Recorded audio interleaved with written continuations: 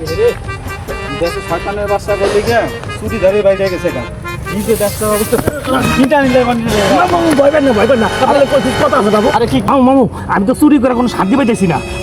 আপনি আমার একটা চুরি লাইসেন্স করে দেন। তোর বেটা এটা কি হয় নাকি বেটা যা না মামু একটা লাইসেন্স করে দেন। আপনার তো চেয়ারম্যান, আপনি তো সবই পারবেন। না না না আমার এটা সম্ভব না। চেয়ারম্যান সাহেব আমার ধরলে যে মাইকটা দেয় ওরে আমারে বাবা মাজা কোমর শরীর শেষ করে দেয়।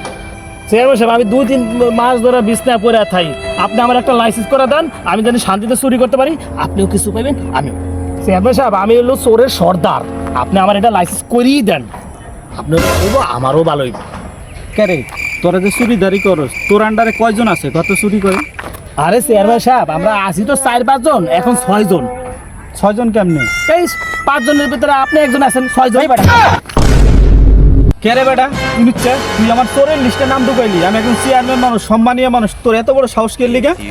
চেয়ারম্যান সাহেব এরকম করেন না। তুই তোর আজকে খাইছি। চেয়ারম্যান সাহেব কামটা কিন্তু ভালো।